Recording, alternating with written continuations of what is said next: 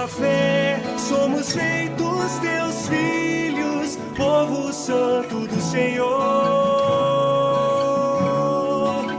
Sem a fé não há como alcançar paz com nosso Criador.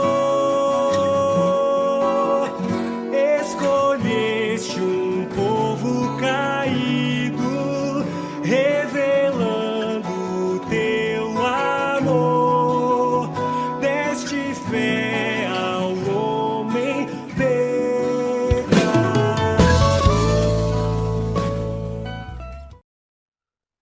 Olá, meus irmãos, bom dia. Que maravilhosa graça do nosso Senhor Jesus Cristo seja com todos. Estamos aqui para cultuar ao Senhor, para bendizer o nome do nosso Deus. Domingo, dia do Senhor, e sejam bem-vindos ao nosso culto. Que por meio deste culto haja edificação para todos e que o Senhor seja com todos e que seja um meio de graça para alento, para conforto e também, principalmente, para que seja uma oportunidade de cada um adorar ao Senhor. Vamos ler o Salmo 16. Hoje, esta é a leitura, este é o Salmo. Em todos os cultos nós lemos um Salmo, na sequência numérica dos Salmos, e hoje, então, eu convido a todos para abrir a palavra, a Bíblia, no Salmo 16. Nós lemos sempre na versão Almeida, Revista e Atualizada. Quem quiser acompanhar na sua própria Bíblia, faça, mas também o texto vai estar aí na tela, aí na projeção. Vamos ler então o Salmo 16. Guarda-me, ó Deus, porque em ti me refugio. Digo ao Senhor: Tu és o meu Senhor, outro bem não possuo senão a ti somente. Quanto aos santos que há na terra, são eles os notáveis, nos quais tenho todo o meu prazer. Muitas serão as penas dos que trocam o Senhor por outros deuses. Não oferecerei as suas libações de sangue, e os meus lábios não pronunciarão o seu nome. O Senhor é a porção da minha herança e o meu cálice. Tu és o arrimo da minha sorte. Caem-me as divisas em lugares amenos, é muito linda a minha herança. Bendigo o Senhor que me aconselha, pois até durante a noite o meu coração me ensina. O Senhor, tenho sempre a minha presença, estando Ele à minha direita, não serei abalado. Alegra-se, pois, o meu coração e o meu espírito exulta. Até o meu corpo repousará seguro, pois não deixarás a minha alma na morte, nem permitirás que o teu santo veja a corrupção. Tu me farás ver os caminhos da vida, na tua presença a plenitude de alegria, na tua destra delícias perpetuamente. Que alegria ler os Salmos, que alegria saber que o Senhor é o nosso refúgio, o Senhor é o nosso bem, o nosso extraordinário bem, o nosso único bem real, e saber que Ele tem prazer também naqueles a quem Ele escolhe, naqueles que são os seus filhos, naqueles que são os santos da terra, naqueles que bendizem o Senhor, naqueles que o têm na sua presença, naqueles que têm o Senhor no seu coração, aqueles que creem que o Senhor os fará ver os frutos da salvação eterna, da bem-aventurança eterna, onde o Senhor habita, e também experimentarão a bem-aventurança eterna que é o próprio Senhor. Senhor Deus eterno, nós te louvamos, nós te glorificamos, nós te bendizemos. Tu és o nosso refúgio, tu és o nosso Senhor, o nosso bem sublime, o nosso maior bem, o nosso mais precioso tesouro, o nosso único bem verdadeiro.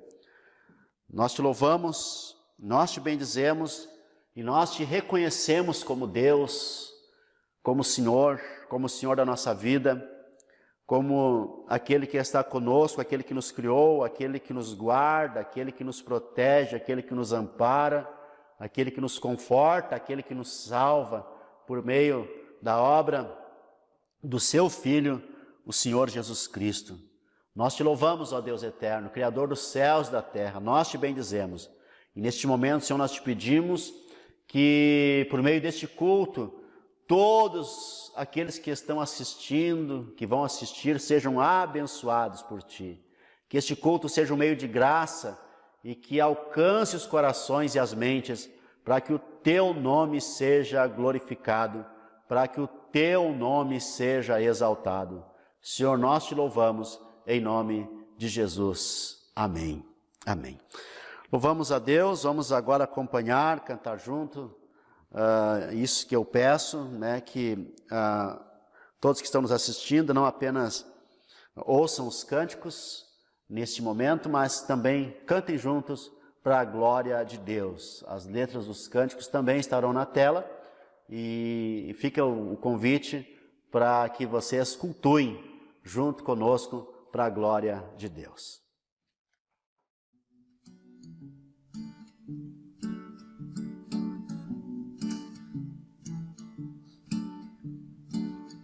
Eu sou como o pó que o vento leva ao passar. Um sopro, uma névoa, mais um homem a caminhar. Tu és eterno e o teu amor dura para sempre. És infinitamente grande, mas não distante está. Quero amar tua vontade e descansar na tua fidelidade.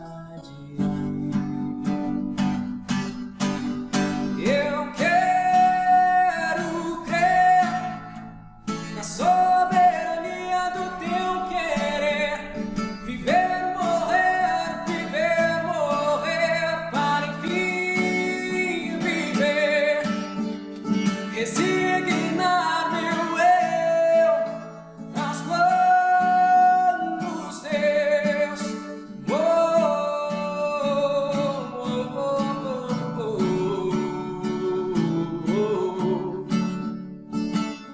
Tua graça me constrange, mostra o teu amor.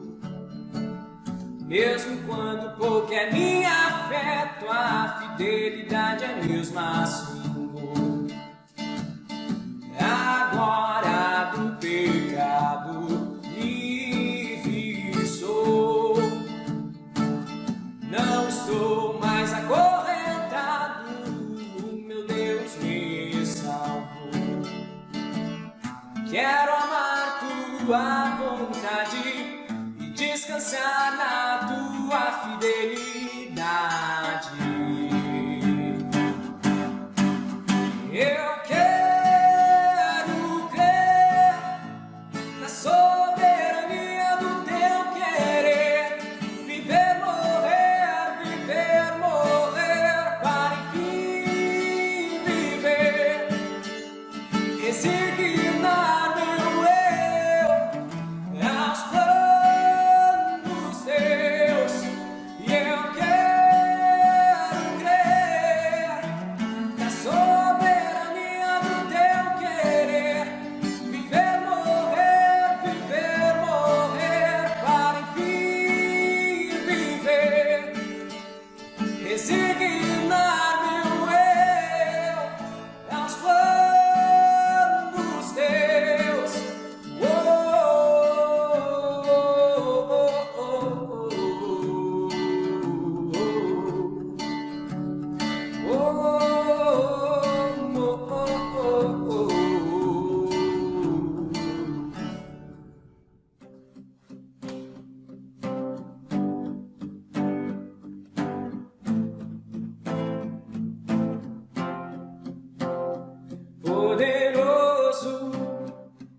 nunca falhará.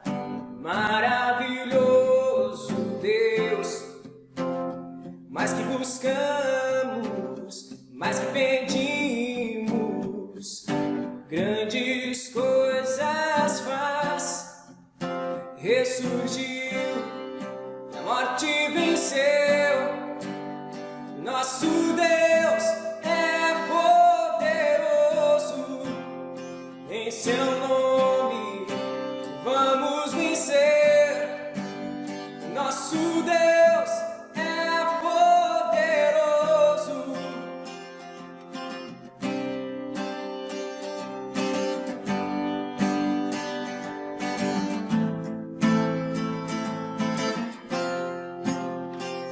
Deus conosco, sempre perto está, dando a solução. Mais que sabemos, mais que esperamos, grandes coisas faz. Ressurgiu e a morte venceu. Nosso Deus é poderoso. Em seu nome vamos vencer. Nosso Deus é poderoso. Ressurgiu e a morte venceu. Nosso Deus é poderoso. Em seu nome vamos vencer. Nosso Deus é poderoso. Deus por nós quer nos abraçar. Ele nunca falha. Ele nunca falha.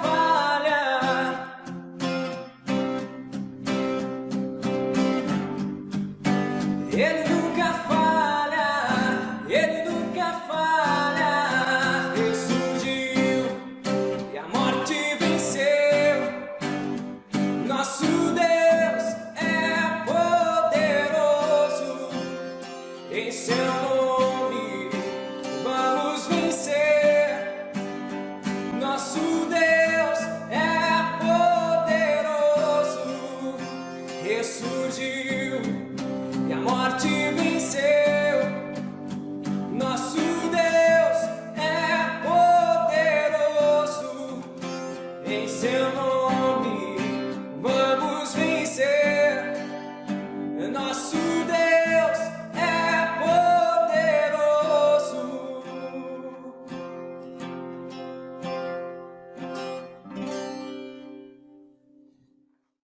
Louvado seja o nome do Senhor, louvado seja o nome do Deus eterno, do Pai, do Filho e do Espírito Santo. Vamos aos 10 mandamentos, meus irmãos. Recitem conosco, recitem comigo, mandamento após mandamento. Primeiro mandamento: não terás outros deuses diante de mim. Repita comigo o segundo mandamento: não farás para ti imagem de escultura, nem alguma semelhança do que há em cima nos céus, não as adorarás e não lhes dará culto.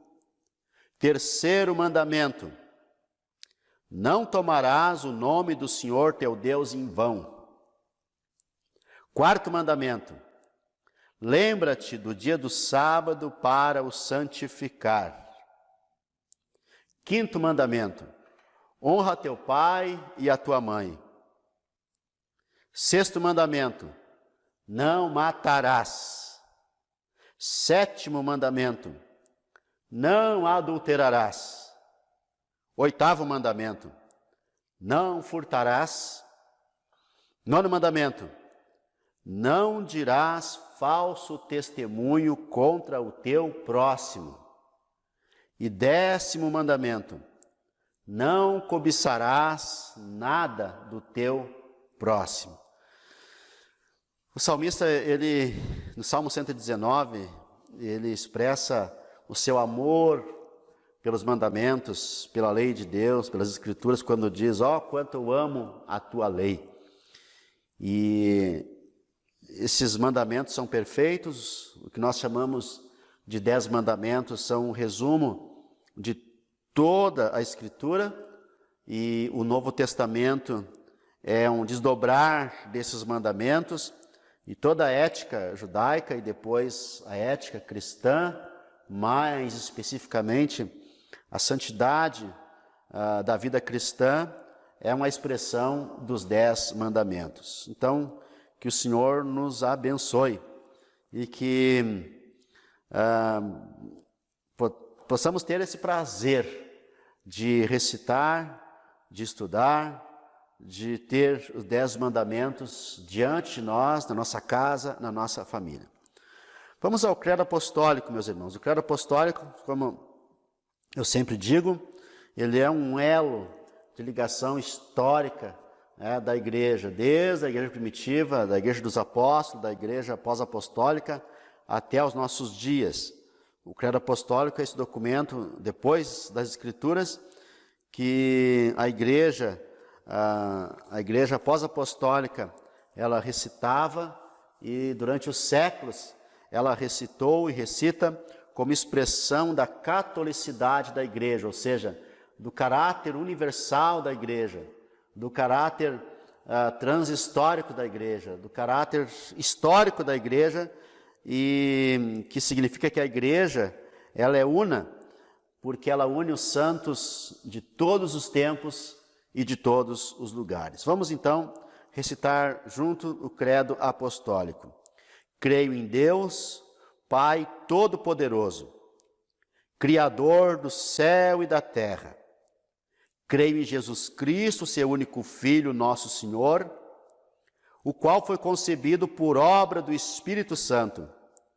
Nasceu da Virgem Maria, padeceu sob o poder de Pôncio Pilatos, foi crucificado, morto e sepultado, desceu ao inferno, ressurgiu dos mortos ao terceiro dia, subiu ao céu, está sentado à direita de Deus Pai Todo-Poderoso, de onde há de vir para julgar os vivos e os mortos. Creio no Espírito Santo, na Santa Igreja Católica, na comunhão dos santos, na remissão dos pecados, na ressurreição do corpo, na vida eterna. Amém. Como é precioso isso, como é precioso isso. Meus irmãos, também nós, nessa nova série de sermões que nós estamos vendo, os personagens da cruz, nós estamos estudando algumas perguntas de um documento que a gente, da Capela Missional, da Igreja Cristã de Confissão Reformada, nós aqui da Capela, nós recomendamos e nós também subscrevemos, que é o Catecismo de Heidelberg. E a pergunta 54 é a seguinte: o que você crê sobre a Santa Igreja Católica? O que você crê sobre a Santa Igreja Católica? Mais uma vez eu quero trazer isso, como esclarecimento. A Igreja Católica no sentido de catolicidade da Igreja, não no sentido de Igreja Católica Romana, não no sentido de catolicismo, mas de catolicidade, desse caráter universal e atemporal da Igreja. O que você crê sobre a Santa Igreja Católica? A resposta vai estar aí também na tela, e eu gostaria então que vocês recitassem junto. Vamos de novo então à pergunta. O que você crê sobre a Santa Igreja Católica? A resposta: creio que o Filho de Deus reúne, protege e conserva dentre todo o gênero humano sua comunidade eleita para a vida eterna. Isso ele fez por seu Espírito e sua palavra, na unidade da verdadeira fé, desde o princípio do mundo até o fim.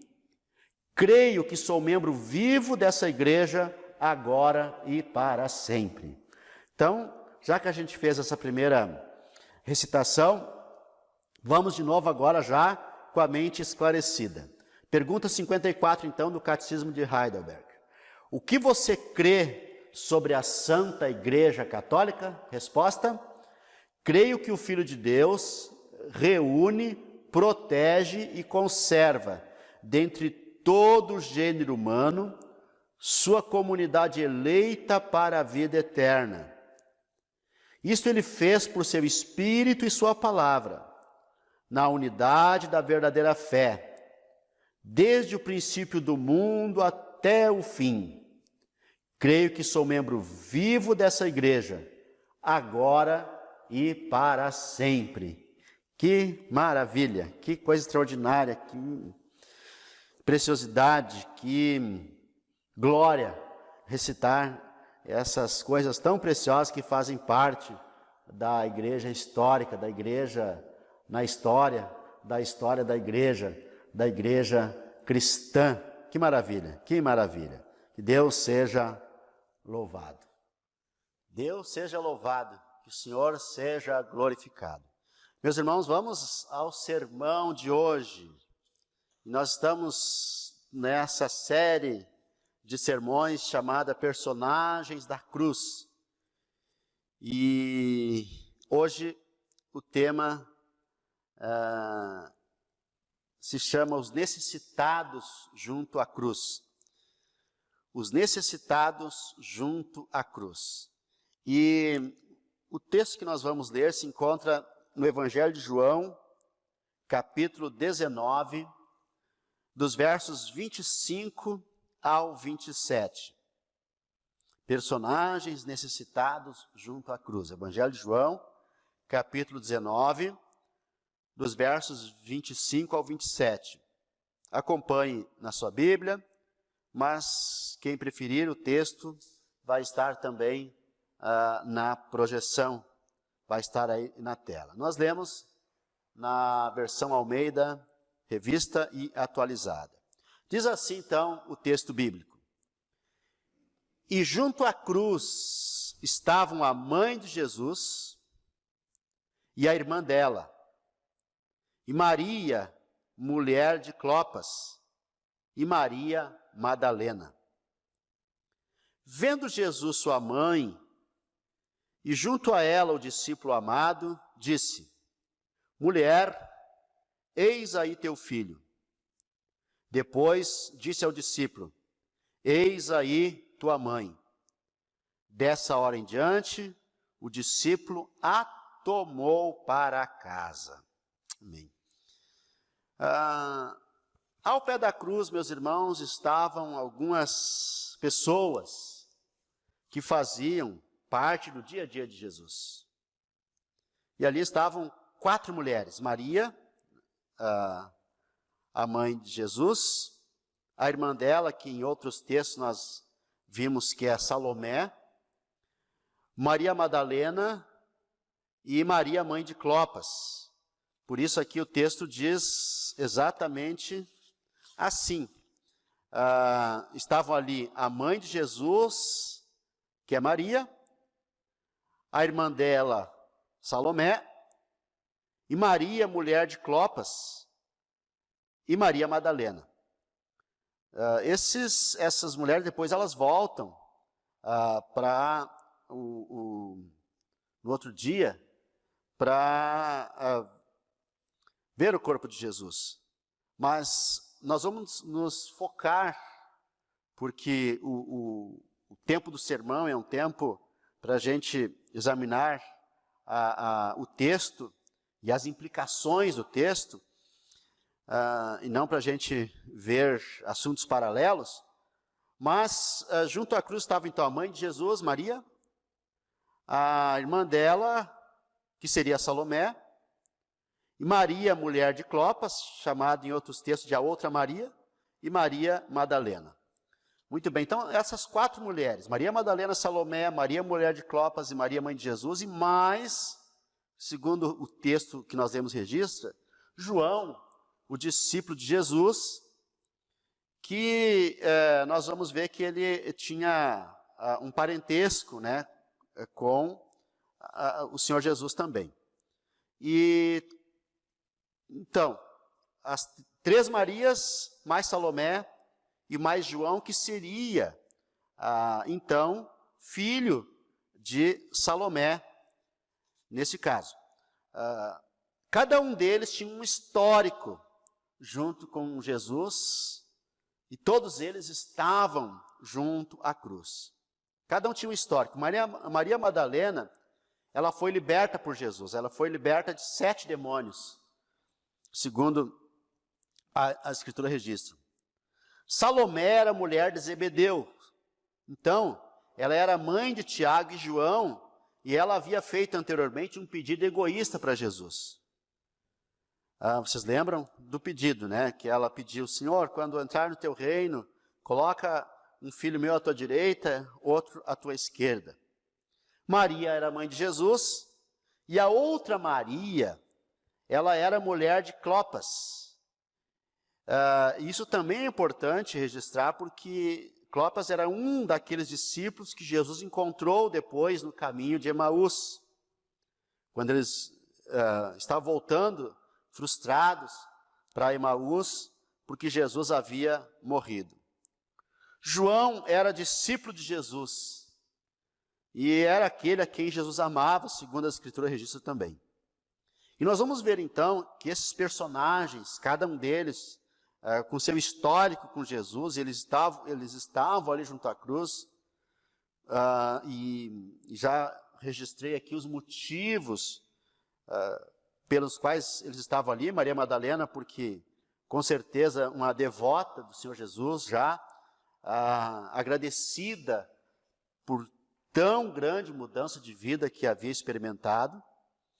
Salomé, ela era irmã de Maria, então ela tinha também grandes motivos de estar ali para confortar a sua irmã.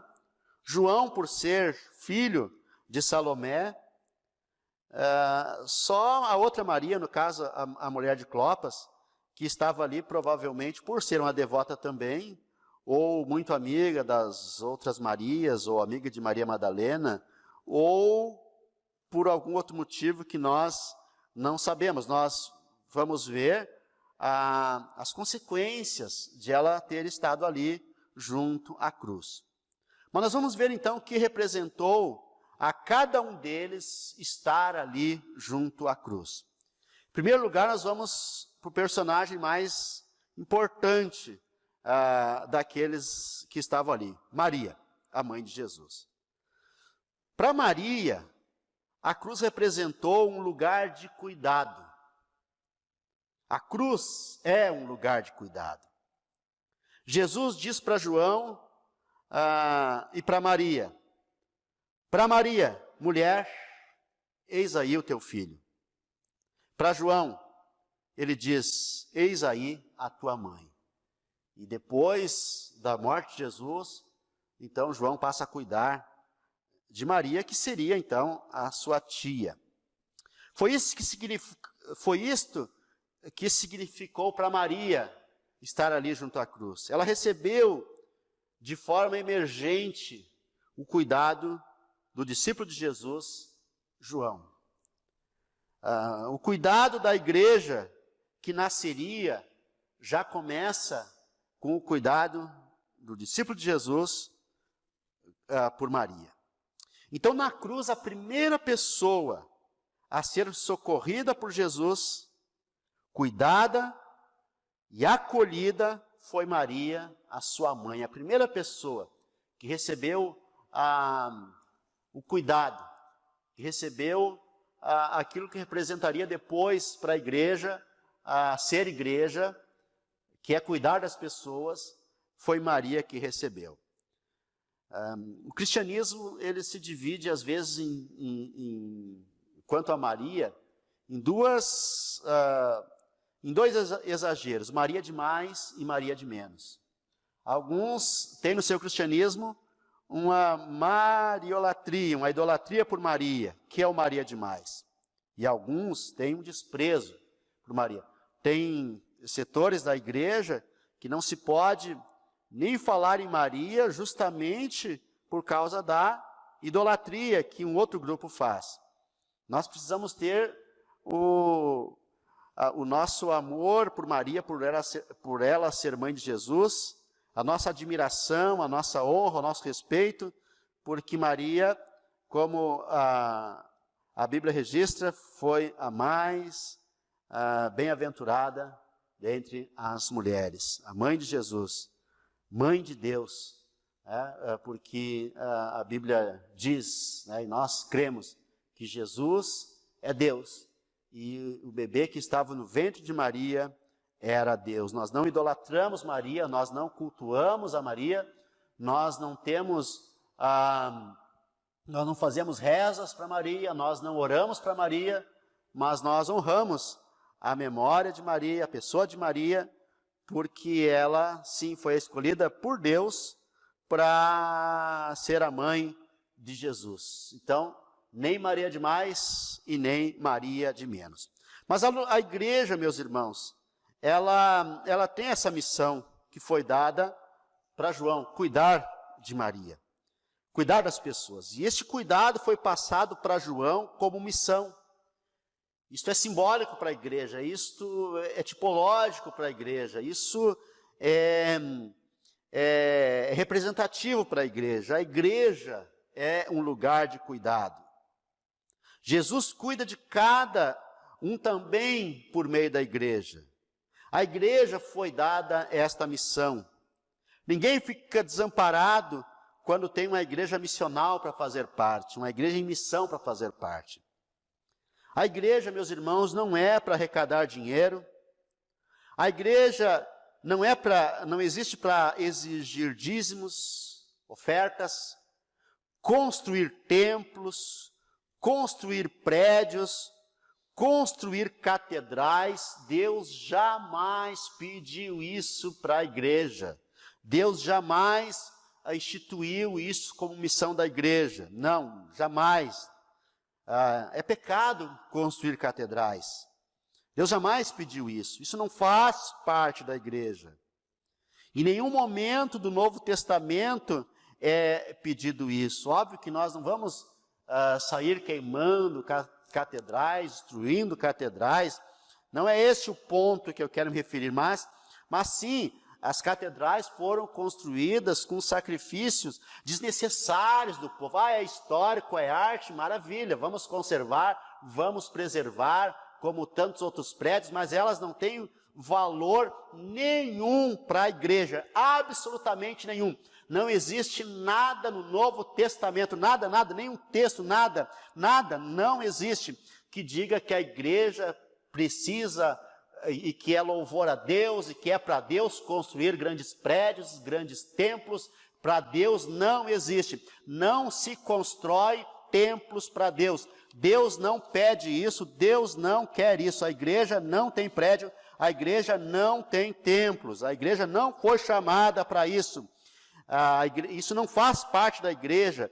Em nenhum momento do Novo Testamento ou dos escritos dos pais da igreja é pedido isso. A igreja constantiniana que inventou isso, a igreja romana que inventou isso, a missão da igreja é glorificar a Deus, pregar o evangelho, cuidar das pessoas. A igreja é para cuidar das pessoas, pregar o evangelho e cuidar das pessoas. Glorificar a Deus, pregar o evangelho e cuidar das pessoas. Então, para Maria representou um lugar de cuidado. Jesus deu a missão para a igreja, no caso para João, cuidar de Maria. Foi isso que representou para ela. Mas em segundo lugar, para João, representou um lugar de responsabilidade. A cruz é um lugar de responsabilidades. Jesus disse para João: eis aí a tua mãe, se referindo a Maria. João recebe esta missão. Parece que nenhum outro discípulo estava ali, apenas João. É quase certo que nenhum outro discípulo estava ali, apenas João, por ser ainda um menino e por ser parente de Jesus, sobrinho de Maria. Ele assume uma posição, ele vai até a cruz, ele está lá, esse é o fato, ele está lá. E ali, estando ali, ele recebe o primeiro pastoreio da nova era. Ele recebe o primeiro pastoreio dessa nova era. Ele recebe a primeira missão pastoral. Depois é Pedro que vai receber a ordem: pastoreia o meu rebanho, apacenta o meu rebanho.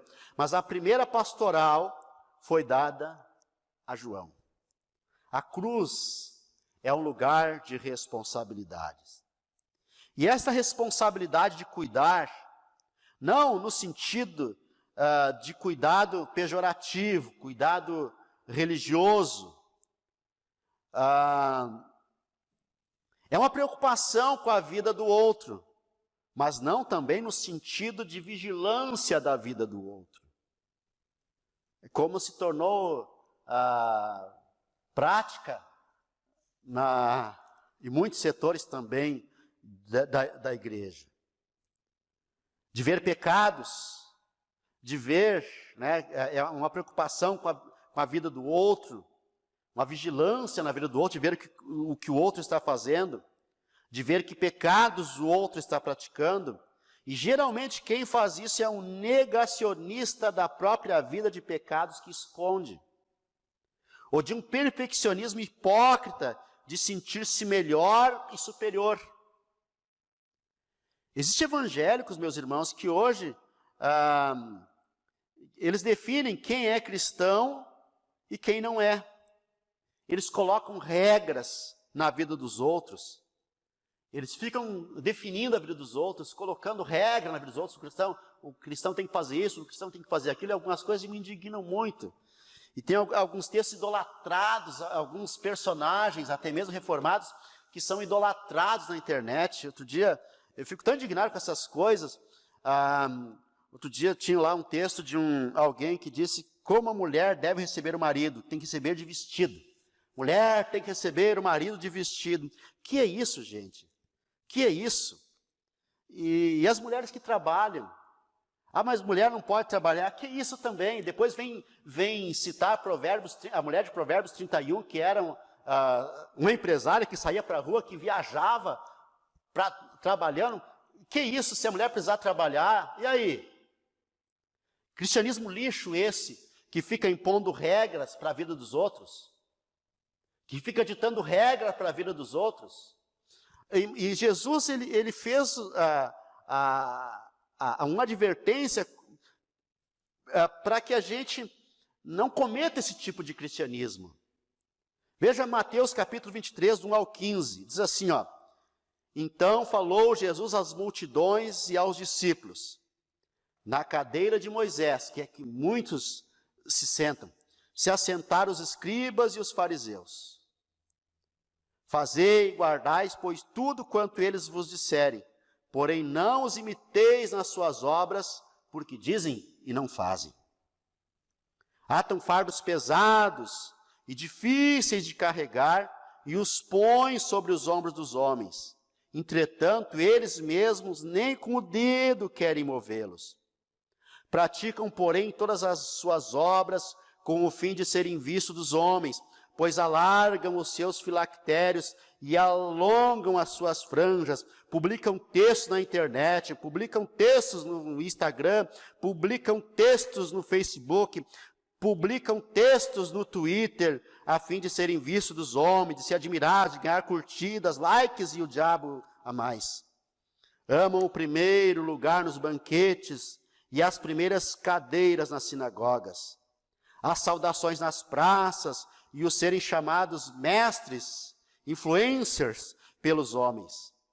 Vós, porém, não sereis chamados mestres, porque um só é vosso mestre, e vós todos sois irmãos.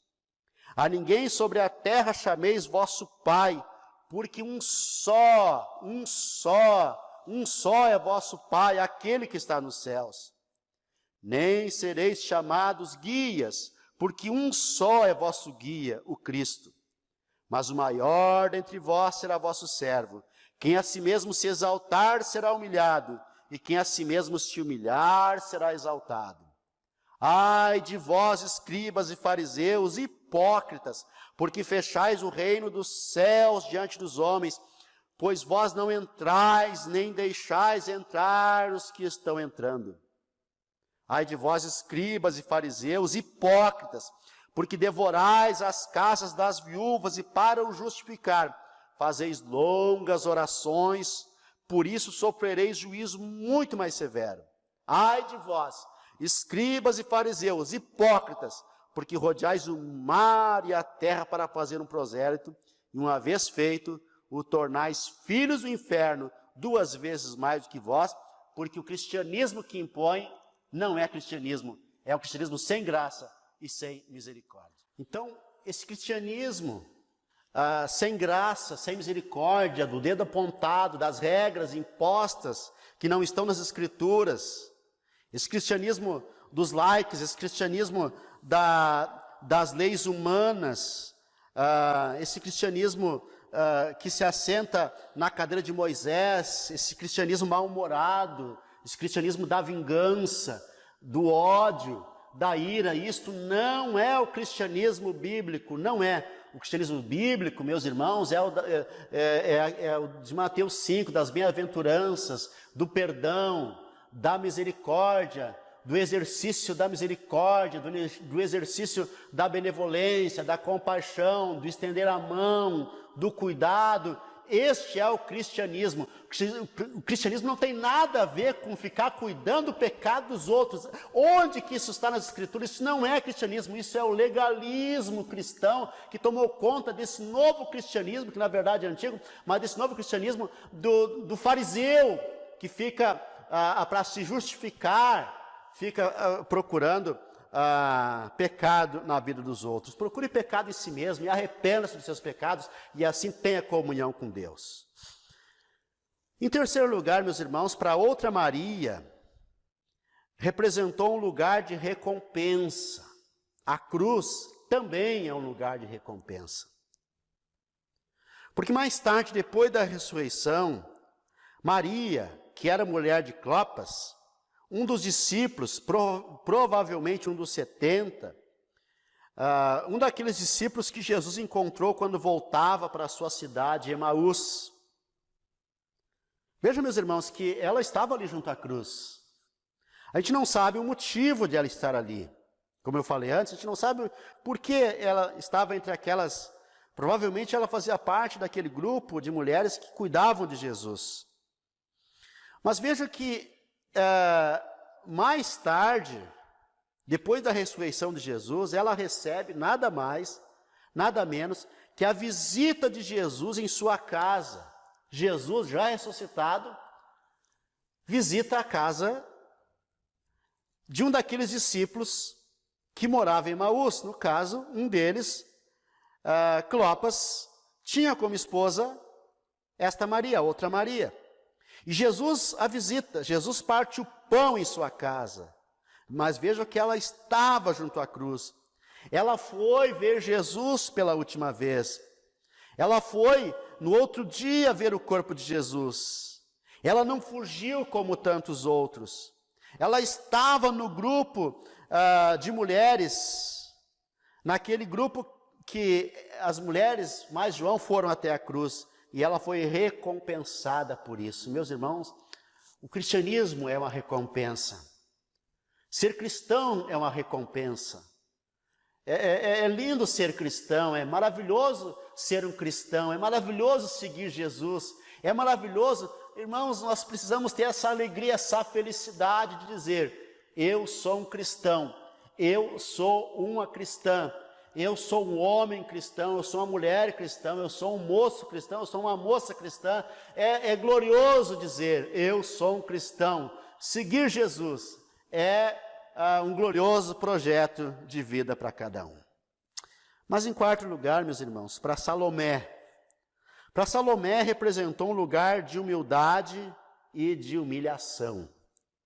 A cruz é um lugar de humilhação e de humildade. Salomé, ela era mãe de Tiago e João. Ela havia feito um pedido muito egoísta para Jesus.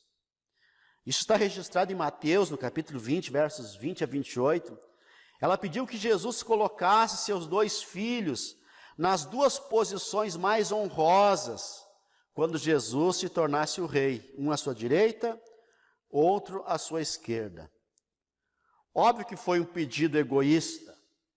Foi um pedido orgulhoso, foi um pedido arrogante.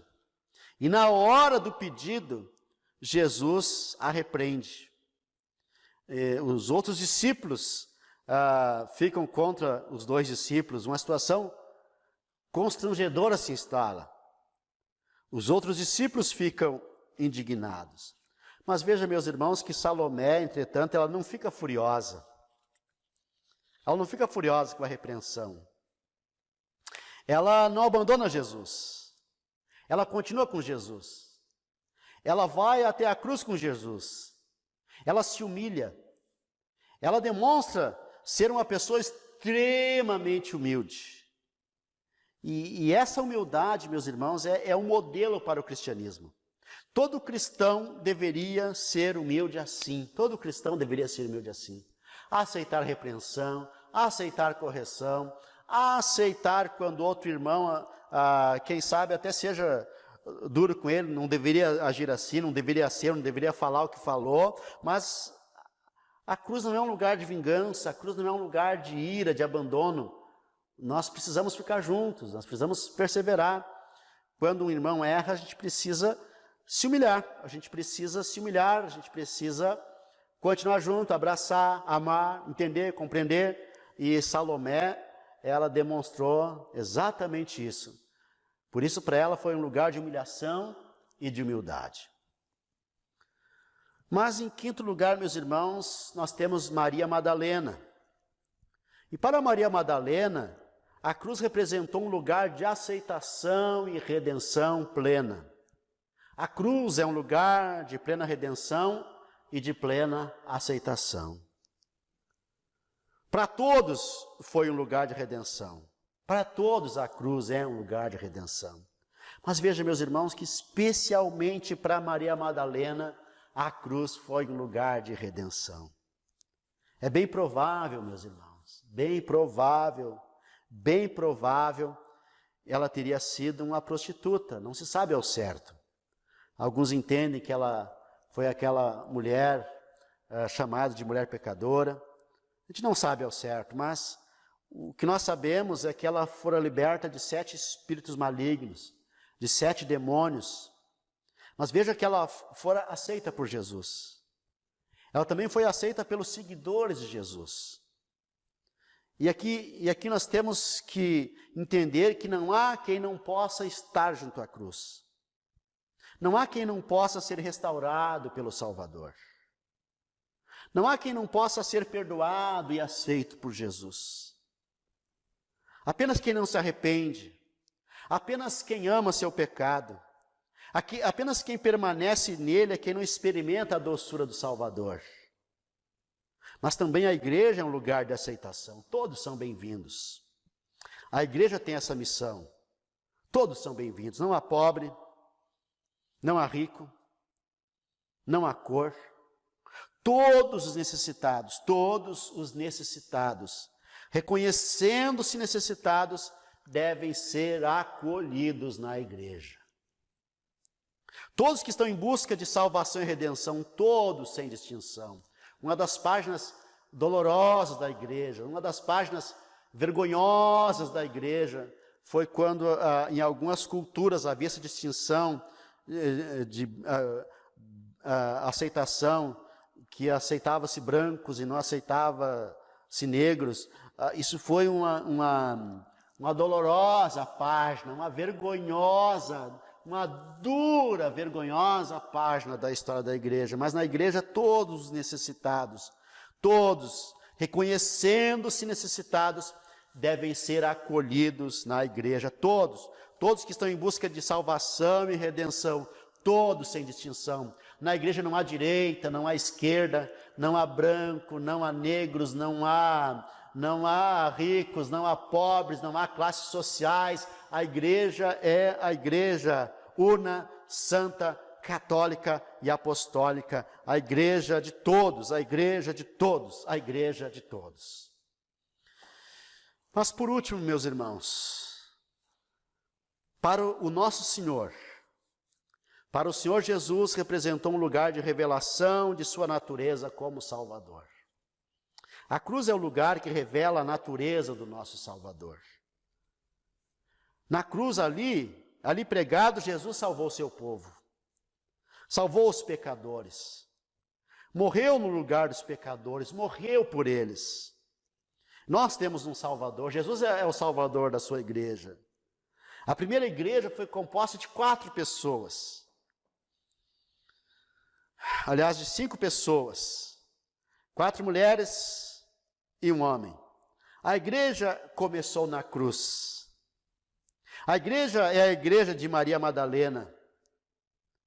A igreja é a igreja de Salomé. A igreja é a igreja de Maria, a mãe de Jesus, e da outra Maria. A igreja é a igreja de Salomé, de Maria Madalena, de Maria, da outra Maria e de João. A igreja é a igreja de quem sofre e de quem cuida. A igreja é a igreja de quem cuida e de quem é cuidado. Veja o que diz o Catecismo de Heidelberg, na pergunta 54 que nós lemos anteriormente, sobre o que é a igreja. O que é a igreja? Como eu entendo a igreja? Como nós definimos a igreja? Qual é o meu papel na igreja? Creio que o Filho de Deus reúne, protege e conserva dentre todo o gênero humano sua comunidade eleita para a vida eterna. Isto ele fez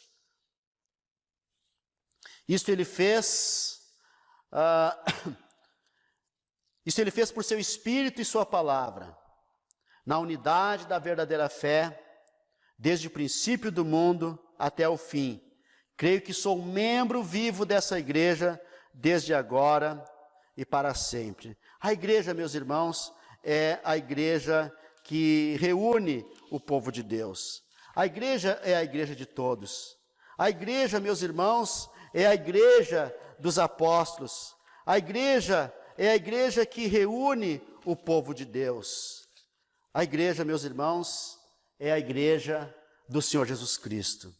E nós, meus irmãos, precisamos entender que nós não podemos nos distanciar da igreja. A igreja é a igreja do Senhor.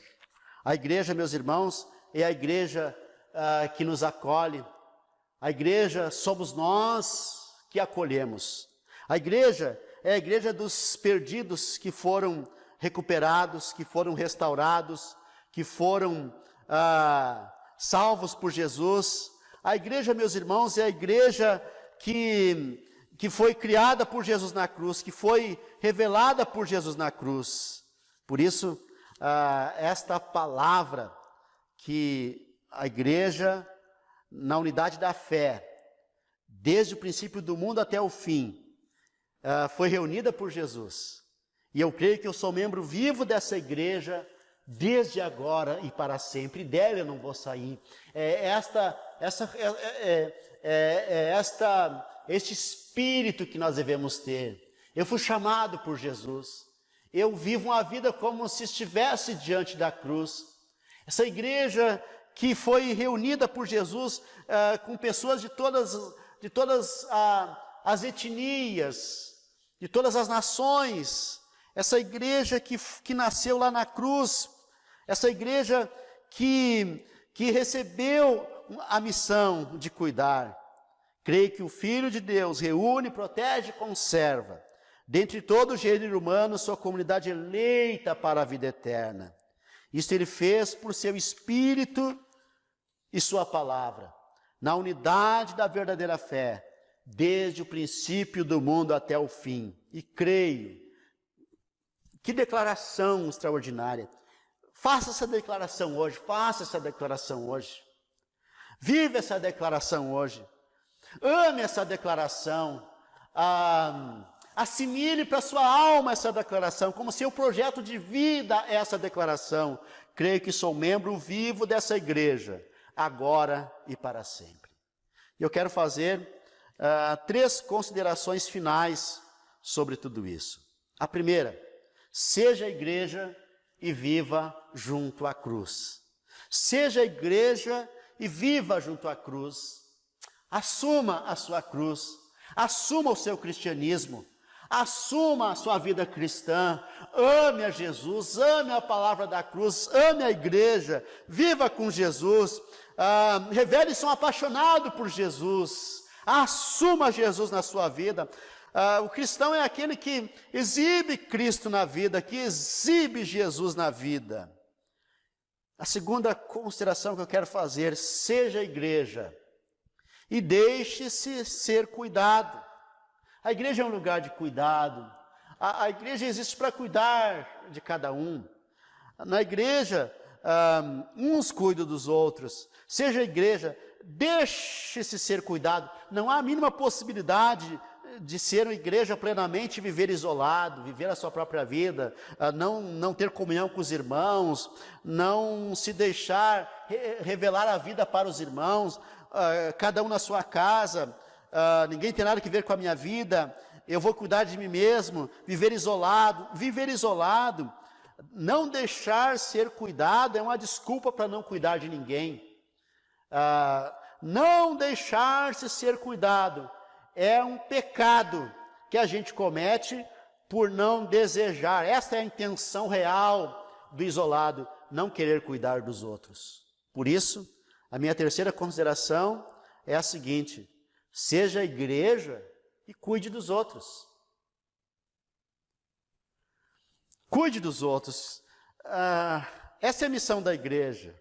Como assim ser igreja e não cuidar de ninguém?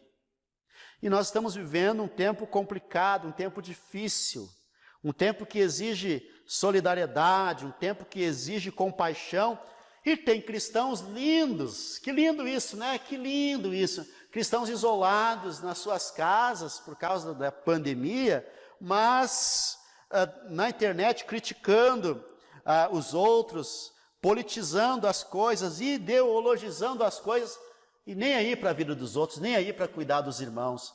Mas isso não é ser igreja. Seja igreja e cuide de alguém. Atenda alguém, socorra alguém. Vamos fazer uma oração. Senhor Deus eterno, nós te louvamos, nós te bendizemos, nós te glorificamos por essa palavra, e que nós possamos, Senhor, começar em nós, na capela missional, cumprirmos plenamente, cabalmente essa missão de sermos uma igreja missional, uma igreja que cuida dos pobres e de todos os tipos de necessitados, e que acolha a todos também, para a glória do teu nome, em nome de Jesus. Amém.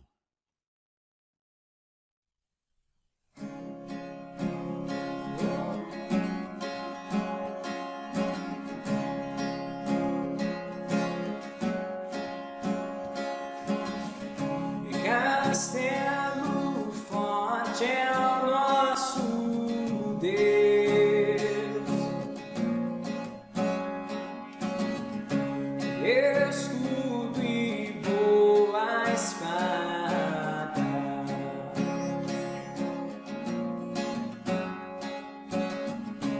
com seu poder defende os seus.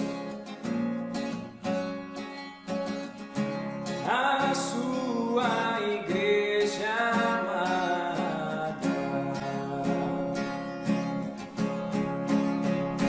com força e com furor, nos prova o tentador, com artimanhas tais e astúcias infernais, que iguais não há na terra.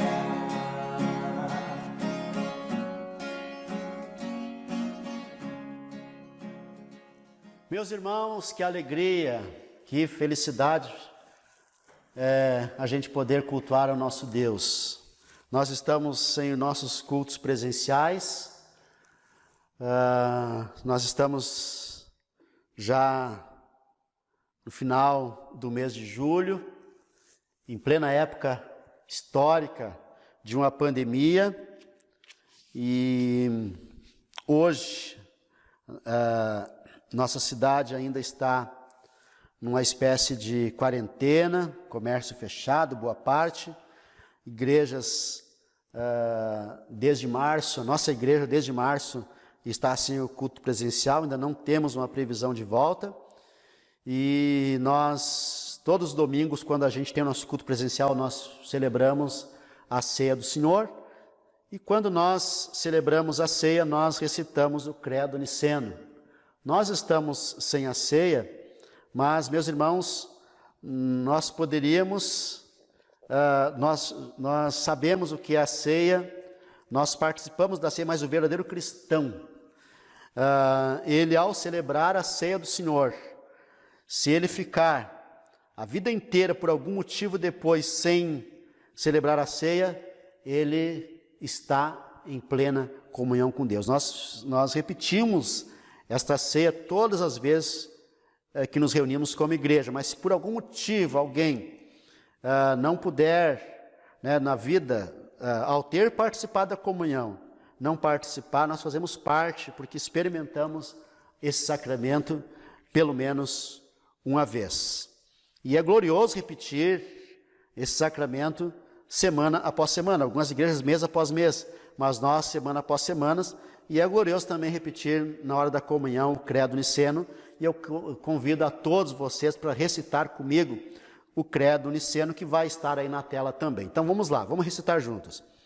Creio em um só Deus, Pai Todo-Poderoso, Criador do céu e da terra, de todas as coisas visíveis e invisíveis, em um só Senhor, Jesus Cristo, Filho único de Deus, gerado do Pai antes de todos os tempos, luz da luz, Deus verdadeiro de Deus verdadeiro, gerado, não criado, consubstancial ao Pai, por quem todas as coisas foram feitas, o qual por nós homens e para nossa salvação desceu do céu, e encarnou pelo Espírito Santo e da Virgem Maria, e se fez homem, e por nossa causa foi crucificado, e ressurgiu de novo ao terceiro dia, segundo as Escrituras, e subiu ao céu, está sentado à mão direita do Pai,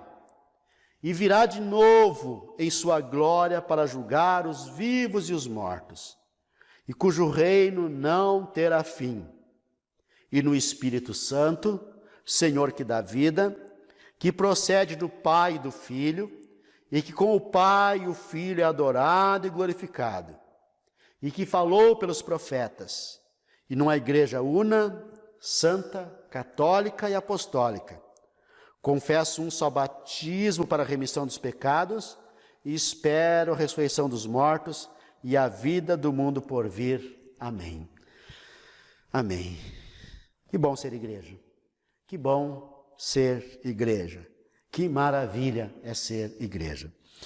Meus irmãos, nós estamos nos encaminhando para o final do nosso culto, mas quero lembrar a todos, nós somos a Igreja Cristã de Confissão Reformada, a Capela Missional. Nosso endereço é em Porto Alegre, na rua Nicolau Eli 332, no bairro Jardim Floresta. E os nossos cultos, quando nós temos os cultos presenciais, sempre aos domingos, às 10 da manhã. Depois que passar esse período de distanciamento, nós queremos convidar a todos que estão nos assistindo nossos cultos para voltarem aos cultos ou conhecer a capela, né, participando dos nossos cultos presenciais quando voltarmos. Todos vão ficar sabendo, né? Nós vamos divulgar a nossa volta, e com certeza será uma grande alegria o dia que nós voltarmos aos nossos cultos presenciais. Mas enquanto isso, acompanhe nossos cultos online, acompanhe as publicações no Instagram, siga o nosso Instagram, o nosso Facebook, o culto está no YouTube, veja, reveja, recomende, indique, compartilhe, e assim todos serão edificados e Deus será glorificado. Quem puder contribuir, contribui com a capela. Quem desejar, isso já é mais do que um desejo, deveria ser uma missão, ajude os que precisam, pelo menos com uma cesta básica mensal. Se você não tem para quem doar, a igreja sempre tem para quem doar. Nós temos muitas pessoas que atendemos e se faz muito necessárias. Essas cestas básicas nós temos alcançado para muitas pessoas e muitos irmãos têm lembrado e nos ajudado. E eu quero dizer para os irmãos que não vale a desculpa de eu esqueço.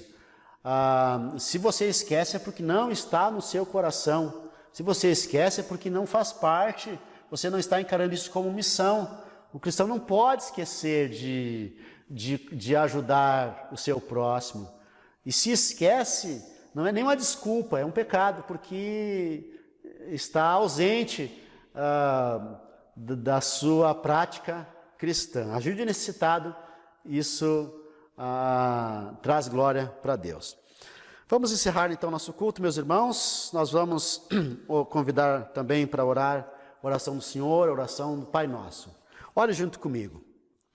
Pai nosso que estás nos céus, santificado seja o teu nome. Venha o teu reino, faça-se a tua vontade, assim na terra como no céu. O pão nosso de cada dia dá-nos hoje, e perdoa-nos as nossas dívidas, assim como nós temos perdoado aos nossos devedores. E não nos deixes cair em tentação, mas livra-nos do mal, pois teu é o reino, o poder e a glória para sempre. Amém.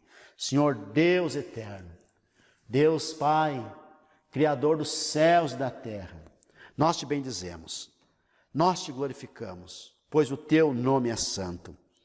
E nós oramos, Senhor, para que o teu reino venha. E enquanto o teu reino não vem plenamente, nós oramos para que a tua vontade seja feita no máximo de corações possíveis, no máximo de lares possíveis. Que a tua igreja, Senhor, se expanda ensinando os valores, os princípios, as leis, a ética, a santidade do reino de Deus. Que também, Senhor, o Senhor tenha misericórdia de nós e nos dê o pão de cada dia e nos traga as provisões. Senhor, olha para os necessitados, olha para a igreja, Senhor, olha para as famílias. E nós oramos, Senhor, para que haja provisões segundo a tua boa mão, segundo a tua maravilhosa benevolência, que haja provisões na casa de todos, em todas as famílias, Senhor. Senhor, abençoa, Pai. Abençoa, perdoa nossos pecados, Senhor. Perdoa nossos pecados, Senhor. Nos livra, não nos deixa cair no pecado, não nos deixa ceder às tentações, não nos deixa, Senhor. Mas também nós te pedimos, nos livra do pecado, mas também nos livra do mal, nos livra do maligno, Senhor. Nos livra do mal e nos livra do maligno. Guarda nossas crianças, Senhor. Guarda nossos filhos do mal. Guarda nossos filhos do maligno, Senhor. Guarda os idosos. Guarda os adultos, casados, solteiros, abençoa cada um. Senhor, também livra de doença, livra, Senhor, dá saúde a cada um. Ó, meu Deus, pelo poder do nome do Senhor Jesus Cristo, teu Filho, ó Deus eterno, Deus Pai, Pai de nosso Senhor Jesus Cristo, nos abençoe. Senhor, abençoe a todos que estão nos acompanhando, a todos que estão nos assistindo, a todos que estão cultuando conosco, que eles tenham saúde, Senhor, que tenham vida, Senhor, que tenham alegria, que tenham felicidade, que haja paz no coração de cada um, que haja a tua bênção na casa de cada um, Senhor. Ó Deus, abençoa os grandes e os pequenos, casados e solteiros, Senhor. Ó Deus, aqueles que vivem com a família, aqueles que moram sozinhos, abençoa, Senhor, a cada um. Abençoa quem está desempregado, Senhor, estende a tua mão. Ó Deus, traz provisões, Senhor. Nós oramos, Senhor, nós oramos por essa situação toda que o mundo está enfrentando, que o nosso país está enfrentando, que o nosso estado está enfrentando, que a nossa cidade está enfrentando. Ó Deus, socorre, Senhor, socorre os doentes, guarda, Senhor, os moradores da nossa cidade, guarda, Senhor, os profissionais de saúde, e estende a tua mão e tem misericórdia, Senhor, e que haja menos iniquidade em toda essa situação. Ó Deus, e assim o teu nome será glorificado. Nós oramos em nome do Senhor Jesus Cristo, o nosso Salvador. Amém. Amém. Meus irmãos, estamos chegando ao encerramento de nossa transmissão. mas fica aqui o nosso convite, o meu convite, para que no próximo domingo vocês estejam conosco novamente. A graça do Senhor Jesus Cristo e o amor de Deus e a comunhão do Espírito Santo sejam com todos vós. Amém. Fiquem na paz. A nossa força nada faz. Estamos nós perdidos,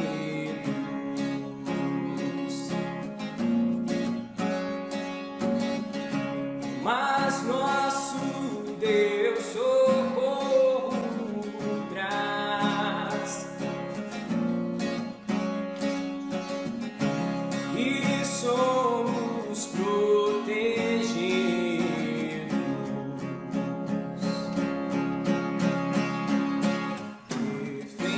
Defendimos Jesus, o que venceu na cruz, Senhor dos altos céus, que sendo o próprio Deus, triunfa na batalha.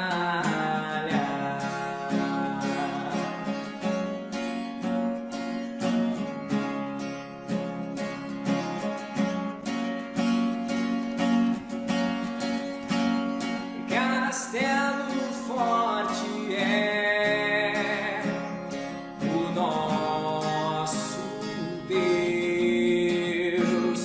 Castelo forte é o nosso Pai.